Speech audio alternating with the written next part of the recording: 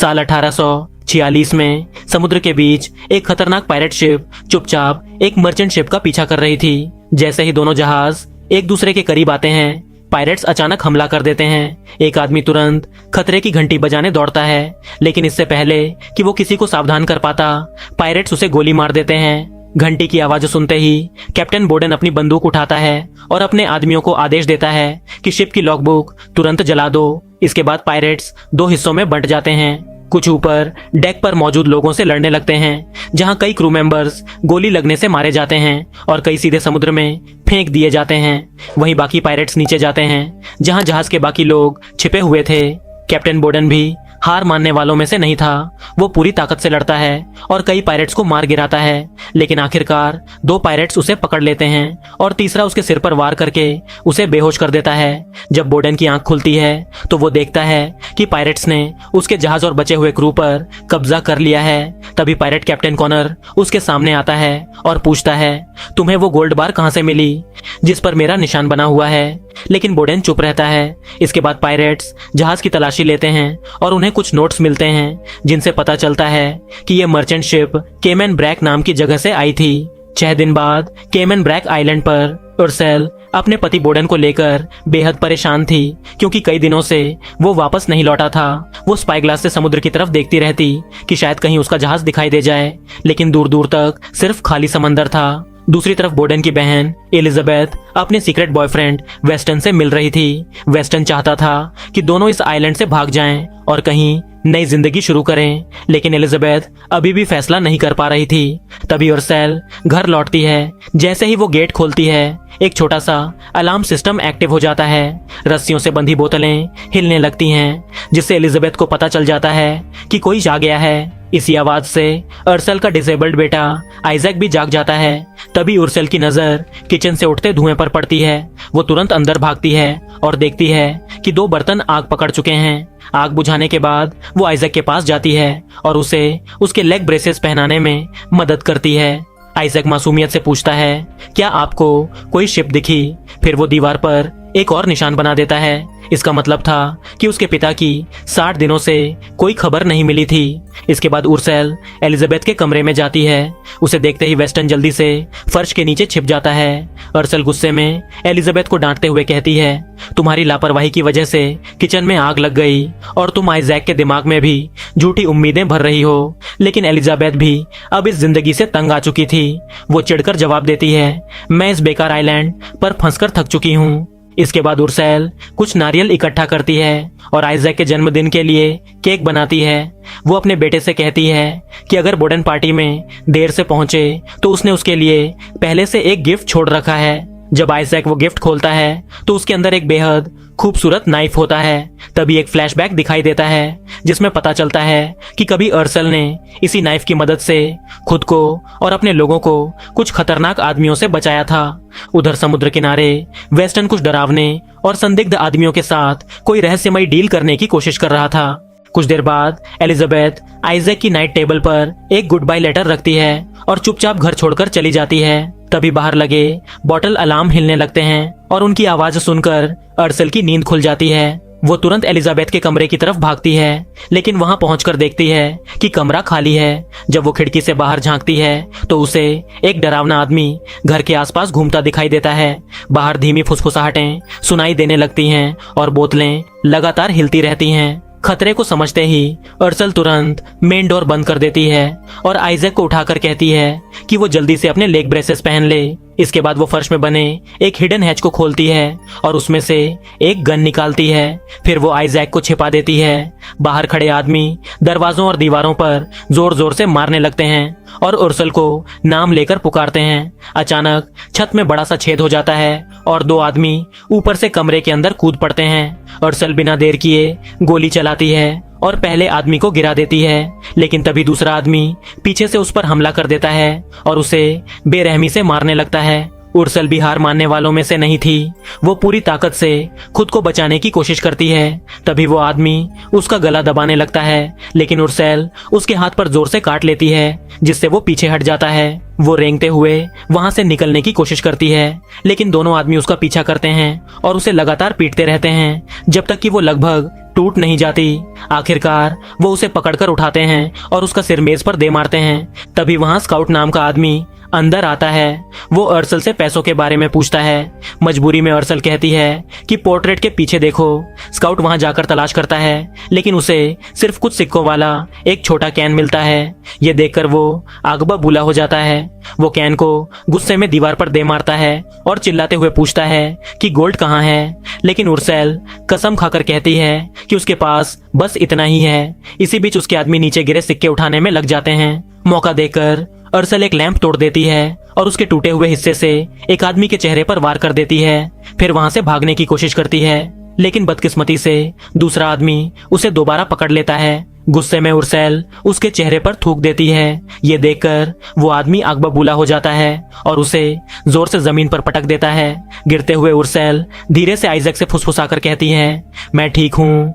इसके बाद वो लोग उसे घसीटते हुए वापस ले जाते हैं। तभी स्काउट अपनी जेब से एक गोल्ड बार निकालता है जिस पर एक खास निशान बना हुआ था। वो अर्सल से पूछता है कि बाकी गोल्ड कहाँ है, लेकिन उर्सेल कुछ भी बताने से साफ इनकार कर देती है। जाने से पहले स्काउट अपने आदमियों को आदेश देता है कि उसकी हड्डियां तोड़ दो। उधर कॉनर अपने आदमियों के साथ आइलैंड पर पहुंच जाता है। जैसे ही वो किनारे उतरता है, वहां का लोकल कस्टोडियन उससे पूछता है कि वो लोग कौन हैं, लेकिन कॉनर सीधा जवाब देने के बजाय दार्शनिक बातें करने लगता है ताकि समय निकल सके। इसी दौरान उसके पायरेट्स अपनी बोट से धीरे धीरे आइलैंड के करीब आने लगते हैं। दूसरी तरफ एलिजाबेथ वेस्टर्न को ढूंढ रही होती है, लेकिन अचानक उसकी नजर रेत पर पड़े वेस्टर्न के शव पर पड़ती है और वो जोर से चीख उठती है। तभी पास्टर ब्रैडली समुद्र की तरफ देखता है और आने वाले पायरेट्स को पहचान लेता है। वो तुरंत हार्बर मास्टर को चेतावनी देने के लिए शेल बजाने का आदेश देता है। शेल की आवाज़ सुनते ही आइलैंड के लोग डरकर चर्च में छिपने के लिए भागने लगते हैं। कॉनर फिर कस्टोडियन से पूछता है कि उर्सल कहाँ मिलेगी, लेकिन वो कुछ भी बताने से इनकार कर देता है और अपने आदमियों को लड़ाई के लिए तैयार रहने को कहता है। अगले ही पल पायरेट्स गोलीबारी शुरू कर देते हैं। सबसे पहले वो आदमी मारा जाता है जो आइलैंड की कैनन संभाल रहा था। इसी बीच कॉनर कस्टोडियन को जोरदार हेडबट मारता है, जिससे वो जमीन पर गिर पड़ता है। उधर घर के अंदर स्काउट के आदमी अर्सल के गले में फंदा डाल देते हैं और उसे छत से लटका देते हैं, लेकिन उर्सेल बड़ी समझदारी से अपनी उंगलियां रस्सी और गले के बीच फंसा लेती है ताकि रस्सी उसका दम न घोंट सके। तभी अचानक आइजैक की आवाज़ सुनाई देती है और उन आदमियों को पता चल जाता है कि वो फर्श के नीचे छिपा हुआ है। अपने बेटे को बचाने के लिए अर्सल तुरंत अपना नाटक छोड़ देती है और उनकी भाषा में बात करने लगती है। फिर वो तेजी से रस्सी नीचे खींचती है, जिससे एक आदमी गिर जाता है। इसके बाद उर्सेल अकेले ही दोनों आदमियों से भिड़ जाती है। वो इतनी जबरदस्त लड़ाई करती है कि सामने वाले भी हैरान रह जाते हैं। उसके हाथ जो भी चीज लगती है वो उसे हथियार बनाकर इस्तेमाल करने लगती है। जैसे ही उसे मौका मिलता है, वो अपना नाइफ उठाने के लिए दौड़ती है, लेकिन तभी एक आदमी रस्सी खींचकर उसे वापस घसीटने लगता है। उसी पल उर्सेल अपना नाइफ निकालती है और रस्सी काटकर खुद को आजाद कर लेती है। इसके बाद लड़ाई और भी ज्यादा खतरनाक हो जाती है। उर्सेल अपने नाइफ से दुश्मन की तलवार रोक लेती है। तभी एक आदमी आइजैक की तरफ बढ़ने लगता है, लेकिन उर्सेल तुरंत मेज को लात मारकर उसकी तरफ गिरा देती है और दूसरे आदमी के सिर पर कुर्सी तोड़ देती है। फिर वो हैच के ऊपर खड़ी हो जाती है ताकि कोई भी आइजैक तक न पहुंच सके। जैसे ही एक आदमी उसके करीब आता है, अर्सल बिना रुके उसे कई बार नाइफ मार देती है, लेकिन तभी दूसरा आदमी उसे पकड़कर पूरी ताकत से दीवार पर दे मारता है। अर्सल तुरंत पास पड़ा अपना स्पाई ग्लास उठा लेती है और उसी से आदमी के चेहरे पर वार कर देती है। इसके बाद वो नाइफ से उसके शरीर पर कई गहरे कट लगा देती है। तभी दूसरा आदमी फिर उसकी तरफ दौड़ पड़ता है। अर्सल पहले उसकी टांग पर वार करती है और फिर सीधे उसके सिर में नाइफ घोंप देती है।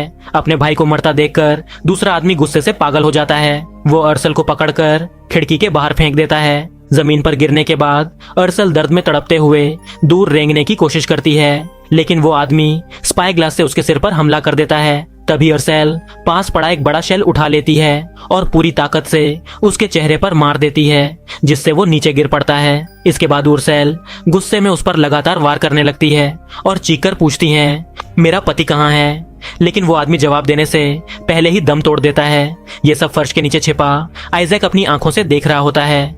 उधर समुद्र किनारे कई स्थानीय लोग कॉनर पर हमला करने दौड़ पड़ते हैं, लेकिन कॉनर कोई साधारण इंसान नहीं था। वो बेहद खतरनाक और अनुभवी योद्धा था। वो अपनी स्वॉर्ड और गन की मदद से एक एक करके सभी को मार गिराने लगता है। पियर पर खड़े कुछ लोग पायरेट्स पर गोली चलाते हैं तो कॉनर तुरंत एक झोपड़ी के पीछे छिप जाता है। फिर मौका मिलते ही वो सबसे पहले उस आदमी को गोली मार देता है जो कैनन संभाल रहा था। इसके बाद कॉनर झोपड़ियों के बीच से चुपके आगे बढ़ने लगता है और रास्ते में आने वाले कई लोगों को हैंड टू हैंड फाइट में मार गिराता जाता है। तभी एक और आदमी कैनन तक पहुंचने की कोशिश करता है, लेकिन पायरेट शिप पर बैठे लोग उसे पहले ही गोली मार देते हैं। पूरा बीच अब एक भयानक युद्ध का मैदान बन चुका था। हर तरफ गोलियों की आवाज, चीखें और धुआं फैला हुआ था। कॉनर लगातार लोगों को खत्म करता जा रहा था, जबकि दूसरी तरफ कस्टोडियन किसी तरह भागकर कैनन तक पहुंच जाता है। वो जल्दी से उसका फ्यूज जला देता है,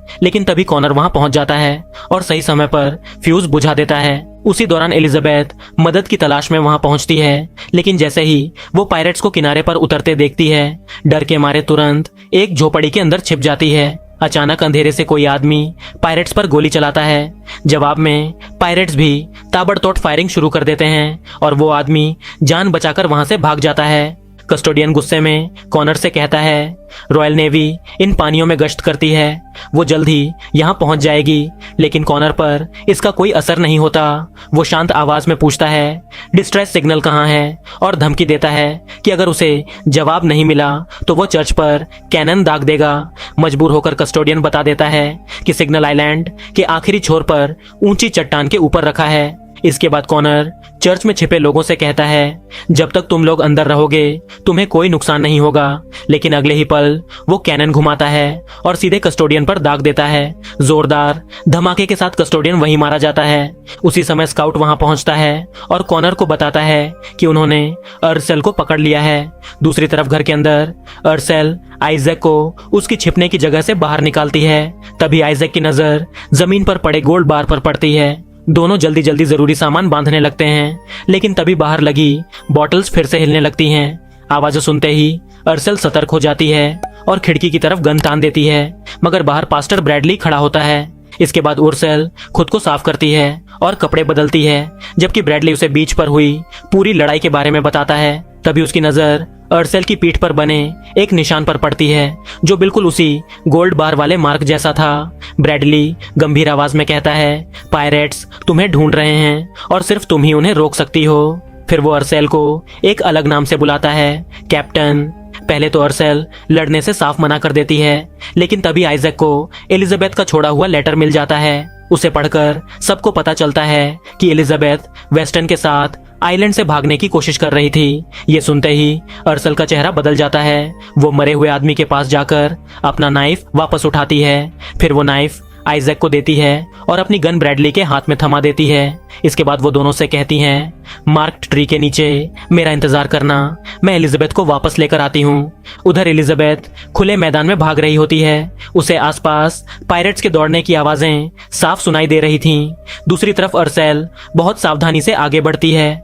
वो घास और झाड़ियों में छिपते हुए सही समय पर झुककर पायरेट्स की नजरों से बचती रहती है। फिर वो पीछे से एलिजाबेथ तक पहुंचती है और उसका मुंह दबाकर उसे लंबी घास के अंदर खींच लेती है। पहले तो एलिजाबेथ डर जाती है, लेकिन जैसे ही वो अर्सेल को पहचानती है, राहत की सांस लेती है। दोनों एक दूसरे को कसकर गले लगा लेती हैं। अर्सेल उसे डांटने की कोशिश करती है, लेकिन जब एलिजाबेथ रोते हुए बताती है कि वेस्टन मर चुका है, तो अर्सेल का दिल पिघल जाता है। उधर पायरेट्स अर्सेल के घर तक पहुंच जाते हैं। वो पूरे घर में सोना ढूंढने लगते हैं, लेकिन उन्हें सिर्फ उन आदमियों की लाशें मिलती हैं जो फर्श के नीचे पड़े हुए थे। तभी क्वार्टरमास्टर ली अपने आदमियों को आसपास तलाश करने भेज देता है। वहीं कॉनर घर के अंदर की हर छोटी चीज को ध्यान से देखने लगता है। वो खिलौनों, रस्सियों और जमीन पर बने निशानों को गौर से देखता है। तभी उसे समझ आ जाता है कि अर्सेल का एक विकलांग बेटा है। दूसरी तरफ जंगल में आइजैक की व्हीलचेयर एक छोटे दलदल में फंस जाती है। मजबूर होकर उसे पैदल चलना पड़ता है। खुशकिस्मती से निशान वाला पेड़ ज्यादा दूर नहीं था। तभी अचानक उन्हें किसी की आहट सुनाई देती है। ब्रैडली तुरंत अपनी बंदूक निकाल लेता है, लेकिन अगले ही पल सामने एलिजाबेथ और उर्सेल दिखाई देते हैं। अब आखिरकार चारों लोग फिर से एक साथ हो चुके थे। कुछ देर बाद जब पायरेट्स उस जगह पहुंचते हैं तो उन्हें वहां सिर्फ आइजैक की खाली व्हीलचेयर मिलती है। कई मील दूर अर्सल एक छोटी नाव निकालती है जिसे उसने पेड़ के नीचे छिपा कर रखा था। वो पहले एलिजाबेथ और आइजैक को नाव में बैठाती है। एलिजाबेथ रस्सी खींचती है और नाव तेजी से नदी के दूसरे किनारे पहुंच जाती है। इसके बाद अर्सल भी दूसरी तरफ चली जाती है, लेकिन जैसे ही ब्रैडली की बारी आती है उन्हें पीछे से पायरेट्स आते दिखाई दे जाते हैं। स्थिति समझते ही ब्रैडली फैसला करता है कि वो यहीं रुककर उनका ध्यान भटकाएगा। मजबूर होकर अर्सल अपने परिवार को लेकर आगे बढ़ जाती है। कुछ ही देर में पायरेट्स ब्रैडली को चारों तरफ से घेर लेते हैं। उसे देखते ही कॉनर पहचान जाता है और कहता है, तो तुम हो ब्लैक हार्ट ब्रैडली। उधर अर्सल अपने परिवार को आगे बढ़ने के लिए कहती है और खुद एक पेड़ पर चढ़कर स्पाई ग्लास से सब देखने लगती है। ब्रैडली गुस्से में कॉनर के सामने थूक देता है और कुछ भी बताने से साफ मना कर देता है। तभी कॉनर बिना हिचकिचाए उसे गोली मार देता है। उसी वक्त पायरेट्स की नजर पेड़ पर बैठी अर्सेल पर पड़ जाती है और वो तुरंत उस पर गोलियां चलाने लगते हैं। एक गोली उसके बेहद पास से गुजरती है जिससे अर्सेल पेड़ से नीचे गिर जाती है। एक पायरेट उसे मारने ही वाला होता है कि तभी ब्रैडली आखिरी ताकत जुटाकर उस आदमी को गोली मार देता है, लेकिन अगले ही पल कॉनर ब्रैडली को दूसरी गोली मारकर खत्म कर देता है। ये देखकर अर्सेल वहां से भाग निकलती है। अब पायरेट्स नदी पार करने के लिए पानी में उतरते हैं, लेकिन तभी अचानक एक विशाल एलिगेटर उन पर हमला कर देता है। पूरा दल घबरा जाता है। कुछ लोग जान बचाकर दूसरी तरफ भागते हैं, लेकिन एलिगेटर कई पायरेट्स को पानी में ही दबोच लेता है। जो लोग बाहर निकलने की कोशिश करते हैं उन्हें भी वो खींचकर वापस पानी में ले जाता है। उधर जैसे जैसे पायरेट्स करीब आने लगते हैं, एलिजाबेथ और आइजैक एक पेड़ के नीचे छिप जाते हैं। तभी अर्सेल जानबूझकर एक टहनी पर पैर रखती है ताकि आवाज सुनकर पायरेट्स उसका पीछा करें। फिर वो अचानक एक आदमी पर हमला करती है, उसकी बंदूक छीनती है और दोबारा जंगल में गायब हो जाती है। कुछ देर बाद दो पायरेट्स उसे ढूंढ लेते हैं। अर्सेल तुरंत दोनों से भिड़ जाती है। वो एक हाथ में बंदूक और दूसरे में ब्लेड लेकर हमला करती है। उसी दौरान एक तीसरा पायरेट पेड़ के नीचे छिपे एलिजाबेथ और आइजैक तक पहुंच जाता है। एलिजाबेथ की चीख सुनते ही अर्सेल पागलों की तरह लड़ने लगती है। वो पहले आदमी के सिर पर ब्लेड मारकर उसे खत्म कर देती है, फिर दूसरे पायरेट का सिर लकड़ी के लट्ठे से दे मारती है। आइजैक भी चाकू लेकर लड़ने के लिए बाहर निकल आता है, लेकिन उससे पहले ही अर्सेल उस पायरेट पर झपट पड़ती है और उसे मार डालती है। उधर नदी में एलिगेटर फिर बाहर आने की कोशिश करता है। कॉनर उसके चेहरे पर गोली चलाता है जिससे वो डरकर पीछे हट जाता है। फिर कॉनर जोर जोर से बोलना शुरू करता है ताकि अर्सेल और उसका परिवार उसकी आवाज सुन सके। वो चिल्लाकर कहता है, ब्लडी मैरी। फिर धमकी देता है कि अगर अर्सेल ने उसकी बात नहीं मानी तो वो उसका पुराना राज सबको बता देगा। जवाब में अर्सेल एक मरे हुए पायरेट का सिर काटकर नदी के पार फेंक देती है। ये देखकर कॉनर हल्का सा मुस्कुराता है और फिर एक सौदा पेश करता है। वो कहता है कि बोर्डन अभी जिंदा है और एक जहाज पर कैद है। अगर अर्सेल अपना सोना उसे दे दे तो वो बोर्डन को छोड़ देगा। फिर कॉनर कहता है, मैं शाम ढलने तक तुम्हारे घर पर इंतजार करूंगा। कुछ पल की खामोशी के बाद अर्सेल जोर से जवाब देती है, मैं ये सौदा मंजूर करती हूँ। इसके बाद अर्सेल अपने परिवार को जंगल के बीच छिपी एक गुफा तक ले जाती है। वहां पहुंचकर वो कुछ रस्सियां खींचती हैं और जमीन के नीचे छिपा एक सीक्रेट हाइडआउट दिखाई देने लगता है। एलिजाबेथ अब और चुप नहीं रह पाती। वो गुस्से और हैरानी में अर्सेल से पूछती है, आखिर ये सब क्या है? तब अर्सेल गहरी सांस लेकर अपने अतीत का सच बताना शुरू करती है। वो कहती है कि कॉनर पहले ईस्ट इंडिया ट्रेडिंग कंपनी के लिए काम करने वाला एक कॉलोनाइजर था। जब अर्सेल छोटी बच्ची थी तब कॉनर और उसके आदमियों ने उस जहाज पर हमला किया था जिसमें वो अपने परिवार के साथ सफर कर रही थी। उन्होंने उसके माता पिता को बेरहमी से मार डाला और अर्सेल को अगवा कर लिया। इतना ही नहीं, उन्होंने उसके शरीर पर एक टैटू भी बना दिया ताकि वो हमेशा उनकी मालिकियत की निशानी बनी रहे। अर्सेल भारी आवाज में बताती है कि पायरेट शिप्स पर औरतों के साथ बहुत बुरा व्यवहार होता था, इसलिए जिंदा रहने के लिए उसे खुद भी पायरेट बनना पड़ा।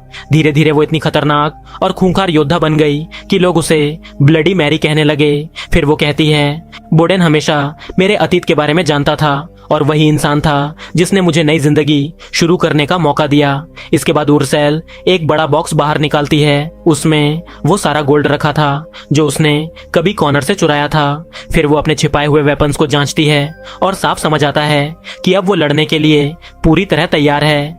उधर दूसरी तरफ पायरेट्स बोर्डन को घसीटते हुए घर के अंदर लाते हैं। जब बोर्डन फर्श पर फैले खून के निशान देखता है तो उसे लगता है कि उसका परिवार घायल हो चुका है। तभी ली कॉनर से पूछता है, क्या तुम्हें सच में सिर्फ गोल्ड चाहिए या तुम यहाँ बदला लेने आए हो? वो ये भी कहता है कि अब तक बहुत आदमी मारे जा चुके हैं और वो इस लड़ाई में और लोगों को खोना नहीं चाहता। लेकिन कॉनर ठंडी आवाज में जवाब देता है, योरसेल की मौत ही मेरी आजादी होगी।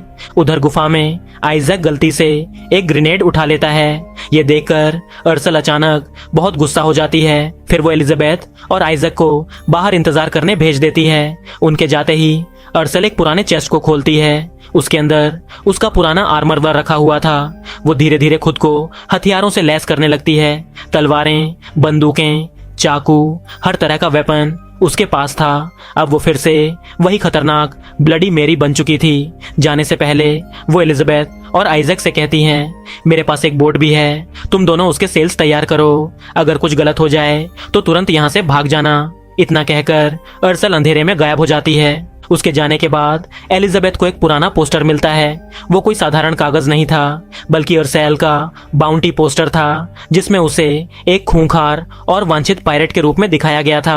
अब एलिजाबेथ को एहसास होता है कि उर्सल का अतीत कितना खतरनाक रहा होगा। शाम होते ही पायरेट्स बोर्डन को पकड़कर उसके साथ बदसलूकी करने लगते हैं, लेकिन तभी कॉनर उन्हें रोक देता है। वो बोर्डन के सामने बैठकर उसे चिढ़ाने लगता है और पुराने किस्से सुनाता है। कॉनर मुस्कुराते हुए कहता है कि वो और अर्सेल सिर्फ साथी नहीं थे, बल्कि दोनों कैप्टन और लवर भी थे। लेकिन बोर्डन उसकी बातों पर भरोसा नहीं करता। उसी समय घर के पीछे बने कुएं से धीरे धीरे अर्सेल बाहर निकलती है। वो बेहद सावधानी से एक ग्रेनेड ट्रैप तैयार करती है और फिर बिना आवाज किए अपनी तलवार से एक गार्ड का गला काट देती है। इसके बाद वो घर के पीछे जाती है और एक रस्सी को छत के ऊपर फेंक देती है। रस्सी में फंसकर एक गार्ड हवा में लटक जाता है और तड़प तड़प कर मर जाता है। फिर अर्सेल घर के नीचे से रेंगते हुए आगे बढ़ती है और अचानक हमला करके एक और पायरेट को खत्म कर देती है। इसके बाद वो हैच के जरिए चुपचाप घर के अंदर घुसती है और पीछे से एक आदमी को मार गिराती है।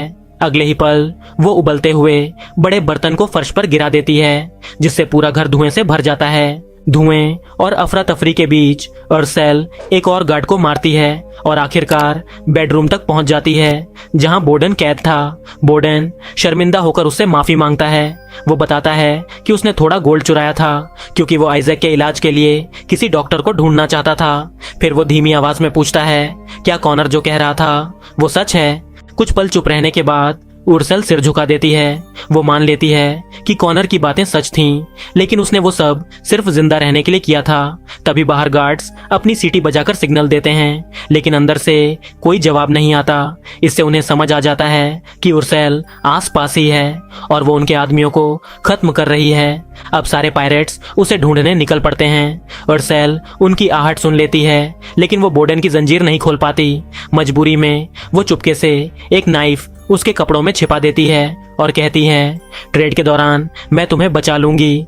इसके बाद दोनों एक दूसरे को प्यार से देखते हैं और किस करते हैं। फिर अर्सेल खिड़की से बाहर निकलकर गायब हो जाती है। बाहर आते ही पायरेट्स उसे चारों तरफ से घेर लेते हैं, लेकिन जैसे ही वो उसके करीब आने की कोशिश करते हैं, अर्सेल एक ग्रेनेड एक्टिवेट कर देती है। भयंकर धमाके के साथ एक आदमी के टुकड़े उड़ जाते हैं। तभी कॉनर बाहर आता है और एक्सचेंज के लिए तैयार हो जाता है। उर्सेल कुएं के अंदर छिपा गोल्ड वाला बॉक्स बाहर निकालती है। दूसरी तरफ बोर्डन की जंजीरें खोली जा रही होती हैं। उसी दौरान कॉनर फिर उसे ताना मारते हुए कहता है कि अगर उसने उसे स्लेव शिप से ना निकाला होता तो उसका भविष्य सिर्फ एक सेक्स वर्कर बनकर रह जाता। इतना सुनते ही बोर्डन गुस्से में कॉनर पर हमला कर देता है। उधर बाकी पायरेट्स गोल्ड हथियाने की कोशिश करते हैं, लेकिन उर्सेल उन्हें पास नहीं आने देती। कभी वो ग्रेनेड उड़ाती है तो कभी सीधे गोली मार देती है। इसी बीच कहीं छिपा एक स्नाइपर लगातार बोर्डन को निशाना बनाने की कोशिश करता है, लेकिन बोर्डन हर गोली से बचता जाता है और एक स्वॉर्ड उठाकर लड़ाई जारी रखता है। तभी कॉनर अचानक उसके चेहरे पर रेत फेंक देता है, जिससे बोर्डन कुछ पल के लिए अंधा हो जाता है, लेकिन अगले ही पल पास में पड़ा ग्रेनेड फट जाता है। धमाके की ताकत से कॉनर और बोर्डन दोनों जमीन पर गिर पड़ते हैं। चारों तरफ फैली अफरा तफरी के बीच ली किसी तरह उर्सल तक पहुंच जाता है और उसकी रस्सी काट देता है ताकि वो ट्रैप एक्टिवेट ना कर सके। इसके बाद ली और उर्सल के बीच भी भयंकर लड़ाई शुरू हो जाती है। उधर कॉनर अपनी तलवार से बोडेन को मारने की कोशिश करता है, लेकिन बोडेन नंगी हथेली से उसकी तलवार रोक लेता है। दूसरी तरफ अर्सेल ली पर भारी पड़ने लगती है और आसानी से उसे काबू कर लेती है, लेकिन तभी उसकी नजर कॉनर पर पड़ती है जिसने बोडेन को जमीन पर गिरा दिया था। ये देखकर उर्सेल रुक जाती है और हार मान लेती है। फिर भी कॉनर बोडेन को मारने की धमकी देता है। अर्सेल उसे बचाने के लिए आगे बढ़ती है, लेकिन उसी समय ली उसकी टांग में गोली मार देता है। दर्द से उर्सेल जमीन पर गिर पड़ती है। अगले ही पल कॉनर अपनी तलवार बोडेन के सीने में घोंप देता है। उर्सेल घिसटते हुए उसके पास पहुंचती है और उसे जागते रहने के लिए बात करती रहती है, लेकिन बोडेन की सांसें धीरे धीरे रुक जाती हैं और आखिरकार वो मर जाता है। अपने पति की मौत देखकर अर्सेल का गुस्सा फट पड़ता है। वो तुरंत अपनी तलवार उठाती है, लेकिन कॉनर बिजली की तेजी से उसे निशस्त्र कर देता है। दर्द और गुस्से में अर्सेल पूछती है, तुम सिर्फ गोल्ड लेकर क्यों नहीं चले गए? तब कॉनर ठंडी आवाज में जवाब देता है, गोल्ड मेरी क्रू के लिए है, लेकिन मैं यहाँ तुम्हारे बाउंटी के लिए आया हूँ। इतना सुनते ही अर्सेल अचानक पास पड़ी टॉर्च उठा लेती है और उसे उस रस्सी से छुआ देती है जो गोल्ड चेस्ट से बंधी होती है। कॉनर तुरंत खतरा समझकर पीछे हट जाता है। उसी पल अर्सेल कुएं के अंदर कूद जाती है और अगले ही सेकंड एक भयानक धमाका होता है। गोल्ड के नीचे छिपा बॉम्ब फट जाता है और पूरा कुआं टूटकर बिखर जाता है, लेकिन अर्सेल मरती नहीं। वो कुएं के अंदर बने एक सीक्रेट पैसेज में छिप जाती है। उधर गुफा में एलिजाबेथ एक पुरानी लॉग बुक पढ़ रही होती है। उसे पता चलता है कि बोडेन पहले सिर्फ एक डॉक हैंड था और उसकी मुलाकात अर्सेल से तब हुई थी जब वो कॉनर से गोल्ड चुराकर इस आइलैंड पर भागकर आई थी। एलिजाबेथ को यह भी पता चलता है कि अर्सेल उसका असली नाम नहीं था, लेकिन उसकी असली पहचान कुछ अजीब सिंबल्स में लिखी थी जिन्हें वो समझ नहीं पाती। तभी घायल अर्सेल वापस गुफा में पहुंचती है और अंदर आते ही जमीन पर गिर पड़ती है। दूसरी तरफ घर पर ली की मौत के बाद बाकी पायरेट्स गुस्से से भरे हुए थे। वो कॉनर पर आरोप लगाते हैं कि उसका जुनून ही सबकी मौत की वजह बना। ली का बेटा भी मारा जा चुका था और ऊपर से गोल्ड भी उड़ गया था। एक पायरेट गुस्से में चिल्लाता है, ये मिशन खत्म हो चुका है, और बाकी क्रू से अपने साथ चलने को कहता है, लेकिन कॉनर इसे म्यूटिनी यानी बगावत मानता है। वो बिना एक पल गंवाए अपनी गन निकालता है और 2 गोलियां मारकर उसे वहीं खत्म कर देता है। इसके बाद कॉनर बाकी पायरेट्स के सामने एक ऑफिशियल डिक्री निकालता है। वो 3 बड़े एम्पायर्स का आदेश था जिसमें साफ लिखा था कि जो भी उर्सल को पकड़ कर लाएगा उसे जिंदगी भर के लिए माफी और आजादी दे दी जाएगी। कॉनर आजादी और दौलत का लालच देकर लंबी स्पीच देता है। धीरे धीरे बाकी पायरेट्स फिर से उसके साथ खड़े हो जाते हैं। इसके बाद वो लोग अर्सेल के घर को आग लगा देते हैं। उसी दौरान स्काउट को कुएं के अंदर छिपा हुआ एक सीक्रेट पासेज मिल जाता है। उधर गुफा में उर्सल दर्द सहने के लिए शराब पी रही होती है, जबकि एलिजाबेथ उसकी चोटों का इलाज कर रही थी। फिर भारी दिल से उर्सल सबको बोडेन की मौत की खबर देती है। इसके बाद वो मोमबत्ती के गर्म वक्स से अपने घाव बंद करती है। ये देखकर एलिजाबेथ कांप उठती है। फिर वो लॉगबुक की तरफ देखते हुए पूछती है, क्या उसमें लिखी सारी भयानक बातें सच हैं? कुछ पल चुप रहने के बाद अर्सेल धीरे से जवाब देती है, हाँ, मैं एक बहुत बुरी इंसान थी।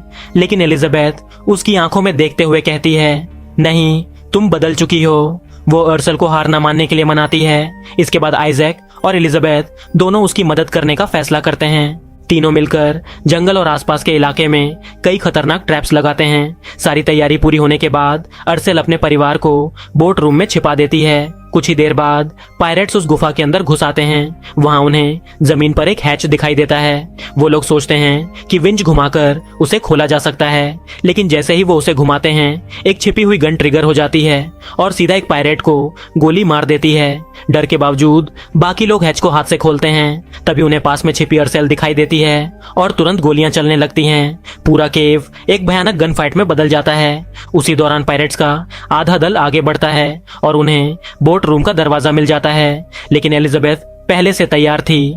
वो तुरंत एक्सप्लोसिव्स में आग लगा देती है ताकि कोई अंदर ना आ सके।